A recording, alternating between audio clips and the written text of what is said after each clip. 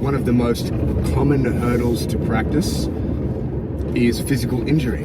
And it's also probably one of the best excuses to take a break from training. Running a public school where people train ongoing throughout the year, physical injury is one of the most common causes of taking a break. What is interesting to me is that under the circumstances which I predominantly teach now, which is teaching people who come for intensive retreats for limited periods of time, is that this hurdle to training, to practice physical injury, tends to impact less. I don't think that there's any less physical injury.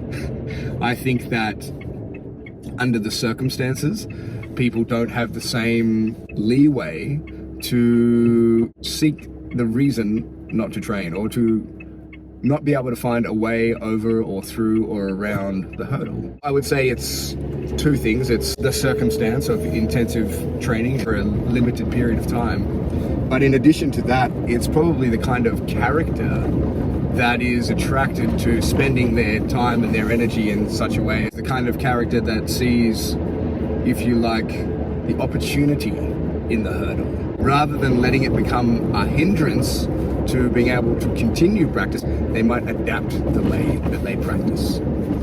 If you can't use your hands, does that stop you from using your legs, and so on? I've trained people in Tai Chi who are immobilized from stroke, and they still did it. They still did the job.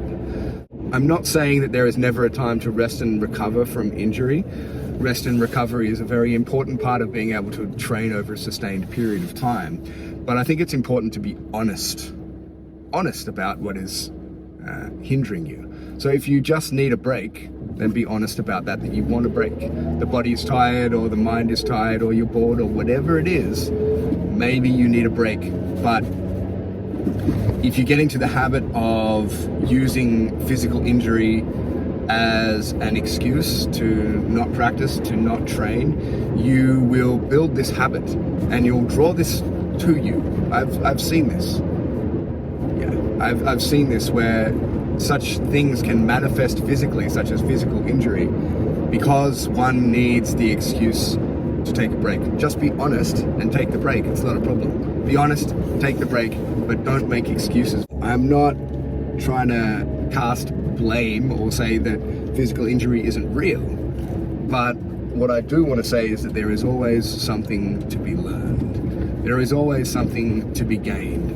And if you're injured, you can't help it, you're injured. So it's not the best case scenario, but it is what it is. What else can you do? Use it as an opportunity, not an excuse.